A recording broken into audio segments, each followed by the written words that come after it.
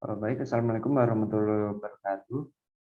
Sebelumnya, saya Geza Mahendra Wijaya dari Teknik Kimia 2019 Universitas Islam Indonesia dengan NIM 1952135. Jadi di sini saya akan menjelaskan mengenai proses engineering flow diagram atau PFD perancangan pabrik gliserol dari epichlorohydrin dan natrium karbonat dengan proses hidrolisis dengan kapasitas 30.000 ton per tahun.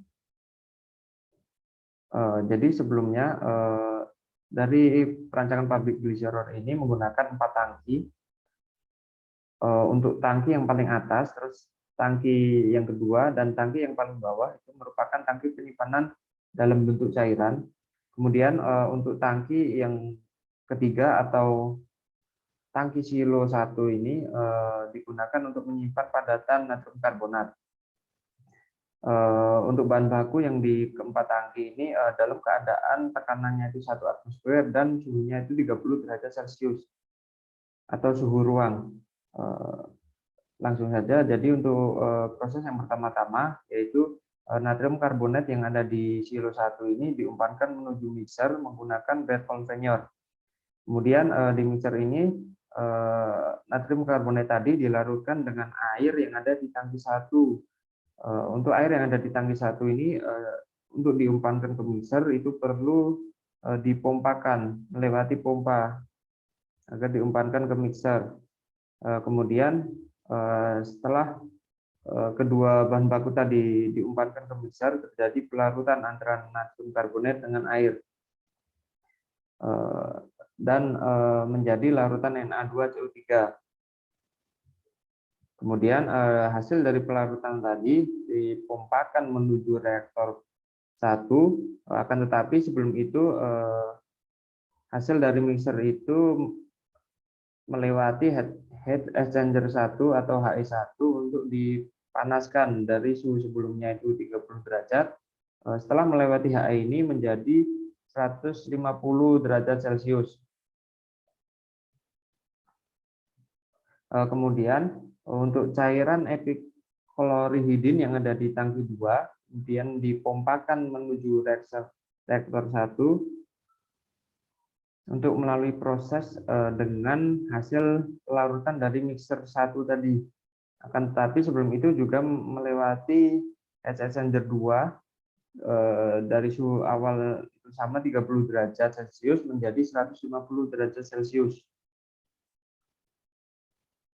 Kemudian untuk tekanannya itu dinaikkan menjadi 6,8 atmosfer. Kemudian reaksi di reaktor pertama ini antara epichlorohydrin dan natrium karbonat itu berlangsung pada suhu 150 derajat Celcius dan tekanannya itu 6,8 atmosfer. Dilakukannya secara eksotermis irreversible pada RATB. Kemudian hasil dari reaktor 1 ini dipompakan lagi menuju reaktor 2 untuk dikonversikan lebih tinggi lagi. Jadi untuk di reaktor pertama ini untuk konversinya itu 0,8, terus kemudian setelah melewati reaktor kedua ini menjadi 0,99. Jadi terdapat kenaikan konversinya. Terus kemudian dari reaktor tadi menghasilkan produk utama berupa gliserol dan produk sampingnya berupa NaCl dan CO2.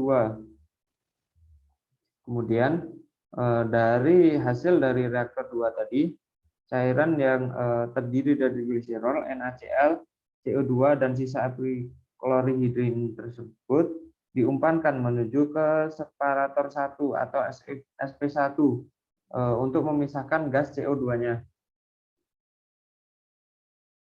Kemudian di separator ini terjadi pemisahan CO2 dipisahkan menuju ke atas, terus kemudian hasil cairannya itu dialirkan menuju neutralizer atau N1 menggunakan pompa. Kemudian di neutralizer ini juga bahan baku dari T3 yaitu HCl itu juga dipompakan menuju neutralizer, digabungkan dengan hasil cairan dari separator tadi. Kemudian di dalam neutralizer ini terjadi reaksi penetralan larutan keluaran reaktor 2 tadi, terus ke separator, terus hasilnya itu digabungkan dengan HCl yang dari T3 atau tangki 3 untuk merubah sisa natrium karbonat menjadi natrium klorida atau NaCl. Kemudian setelah proses yang di N1 ini selesai, kemudian cairan dikeluarkan dan dialirkan menuju cooler 1. Ini untuk pengaliran ke cooler 1 ini juga menggunakan pompa 11. Dan di cooler ini terjadi penurunan suhu menjadi 100 derajat Celcius.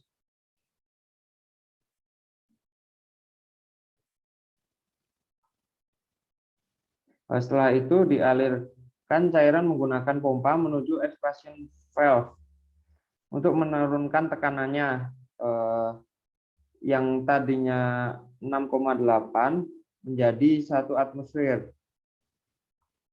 Kemudian setelah tekanannya turun, dialirkan lagi menuju ke evaporator.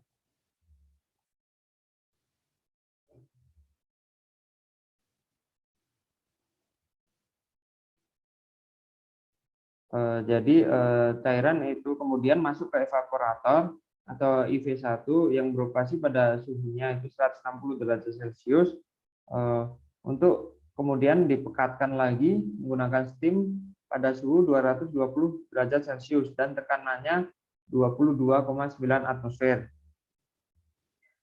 Kemudian selama proses pemekatan tadi akan terpisah hasil atas itu sebagai uap. Hasil atas itu sebagai uap, kemudian dialirkan menuju UPL. Sedangkan hasil cairan pekat yang terdiri dari gliserol, epichlorhydrin, H2O, dan NaCl diumpankan menuju sentrifug atau CF1 untuk memisahkan kick dari NaCl dari larutan gliserol. Kemudian cek NaCl itu keluaran dari CF1, kemudian diumpankan menuju crystallizer atau Cl1.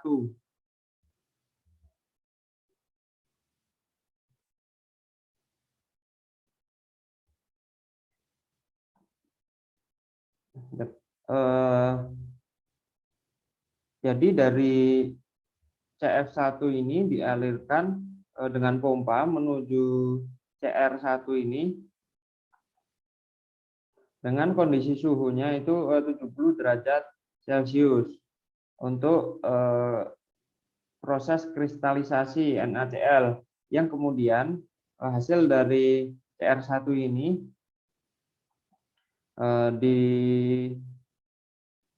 didistribusikan menuju silo 2 menggunakan screw conveyor atau SC2.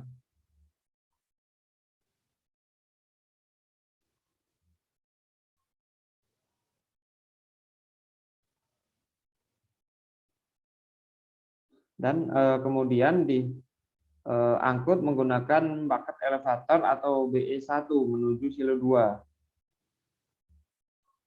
Sedangkan larutan yang berbentuk cairan, berbentuk gliserol cairan, keluaran dari CF1 atau sentrifug 1 ini didinginkan terlebih dahulu menggunakan cooler 2 atau CL2. Dari suhu yang di CF1 ini 60 derajat Celcius, sekarang menjadi 40 derajat Celcius. Kemudian dialirkan menuju tangki 4 atau tangki penyimpanan cairan 4.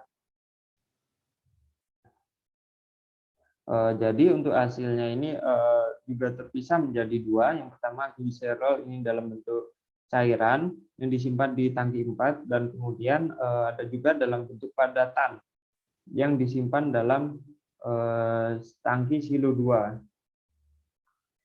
Baik, sekian penjelasan mengenai perancangan pabrik gliserol dari epikloridin dan natrium karbonat.